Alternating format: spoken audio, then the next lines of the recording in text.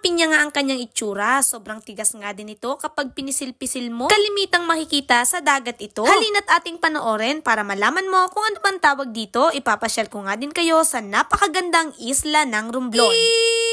Hello mga bishi!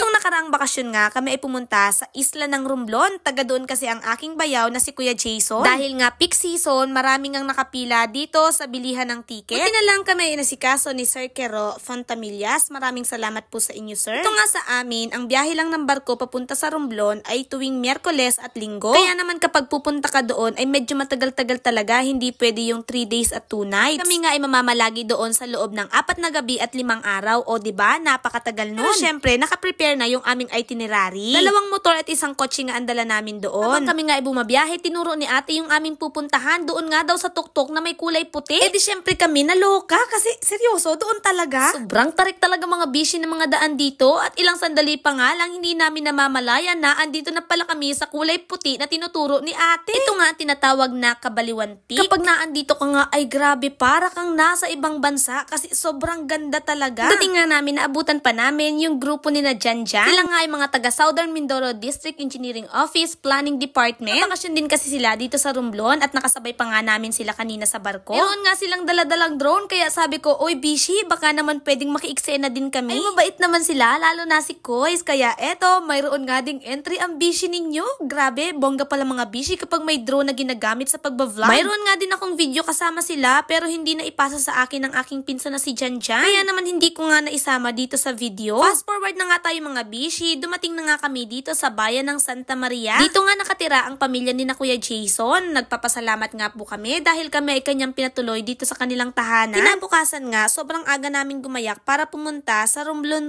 Dahil naandoon nga yung Bonbon Beach, yung may sandbar. Sakay sana kami ng barko mula dito sa bayan ng San Agustin papunta nga doon sa Romblon. Ay ang kaso mo mga bishi, naiwanan kami ng barko. 4 AM pala umaalis ito. Dumating kami 4:10. Ayun, na lot-lot. Nahuli kami mga bishi, naiwan kami ng barko. Ganon. Kaya nagbangka na lang kami. Mag-island hopping na lang kami mula dito sa Calatrava. Bakasyon ngang ito, kasama ko ang aking buong pamilya. Syempre kasama din si Sia. Kahit baby pa siya, go, go, go. Para habang bata pa ay natitrain na sa pamamasyal. Ganon. Kasama nga din namin si Ate Tintin na asawa ng aking kapatid na si Kadagat Raymar. Tapos si Tita Carmen, si Tata, si Tintin na nag-aalaga kay Sia. Tapos si Kuya Jason. Basta lahat kami mga bishi ay nasa onset. Mag-aalas 6 pa nga lang ng umaga nung nagsimula kaming mag-island hopping at nakakaloka mga bishi, sobrang lakas talaga ng dagat. Pero itong aking anak na si Sia, chill-chill lang, parang inaantok pa kasi nga sobrang aga nga naming gumaya. Ina nga naming pinuntahan ay itong tinagong dagat. Ito nga mga bishi ay may dagat sa labas tapos may dagat din sa loob. Parang tinago na dagat, basta nakatago yung dagat mga bishi, nasa loob talaga siya ng isang isla. Napapalibutan nga siya ng naglalakihang bato. Sabi nga ng caretaker, pwede daw maligo dito pero walang naligo sa amin. Kasi yung tubig niya dito mismo sa loob ng dagat, itong tinagong dagat na ito ay medyo malumot-lumot. Maganda lang talaga mag-picture-picture, parang may lawa. May entrance nga pala dito, 20 pesos per head. Bawat isla nga napupuntahan ninyo ay mayroong entrance. Oh yes mga bishi, may entrance talaga. Merong 25, meron ding 20 pesos. Sunod nga namin pinuntahan ay itong isla na mukhang fried chicken. O diba, hugis fried chicken siya. Kaya kung nagugutom ka, pwede mong kainin mo tong isla. Charis.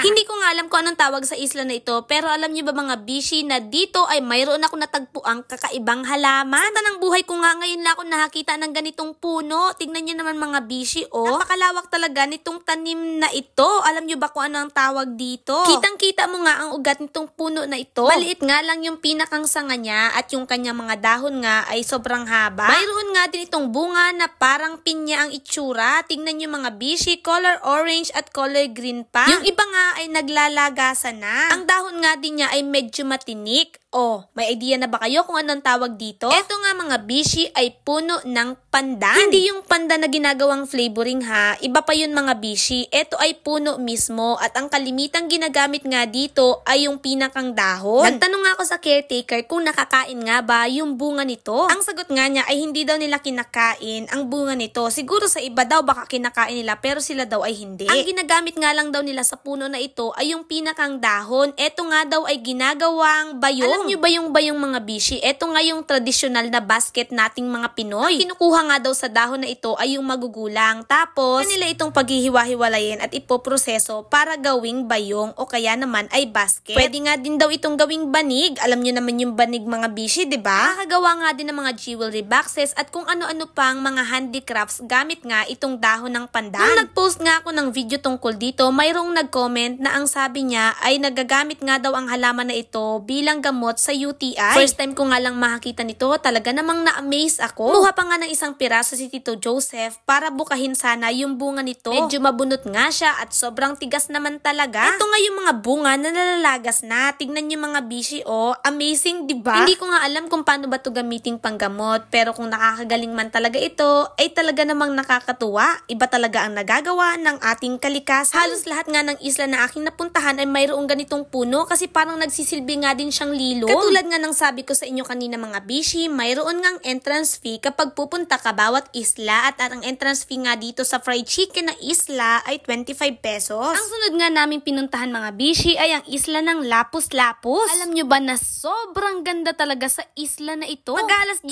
nga ng umaga nung kami ay dumating dito at medyo wala pang tao. Ang isla nga na ito ay napapalibutan ng naglalakihang mga bato. Tingnan nyo mga bishi, oh. Sobrang ganda talaga mag-picture-picture dito kasi nga napakalinaw ng tubig tapos yung kanyang buhangin ay kulay puti. Sa lahat nga ng isla na pinuntahan namin, ito nga ang pinakasikat at talaga namang dinarayo. Ang mga tao nga ay pumupunta lang dito para kumain tapos maligo. Maya-maya, aalis na din sila. Hindi nga nagtatagal dahil sobrang dami talagang magagandang isla dito. Ang bayad nga pala sa bangka namin ay 2.5. Ano na yon, maghapon ng mga bishi, arkilado, ganun. Sobrang sarap nga ding maligo dito dahil kahit nasa malayo ka na, mababaw pa din. Tapos ang linaw-linaw talaga, kitang-kita mo yung buhangin sa ilalim. Tignan nyo mga bishi, maraming nakapark na mga bangka dahil marami talagang tao nung kami ay pumunta dito. Napakaliit talaga ng Romblon mga bishi dahil nakasabay ulit namin yung mga taga DPWH. O eto nga, meron nga kaming pagkaway dyan kasi nga meron ulit silang dalang drone. E bida-bida ang bishi ninyo. Kaya sabi ko, bishi, pa-eksena ulit ako, kaway-kaway tayo. At eto na nga yung aming video. O diba, napaka-bongga, napaka-amazing naman talaga. Kaya maraming salamat talaga dyan at sa inyong mga kasama, lalong higit kay Kois kasi binigyan nyo talaga ako ng pagkakataon na maka-experience ng drone. Bongga pala talaga kapag mayroong ganito sa mga vlogs, no? Talaga amazing, grabe.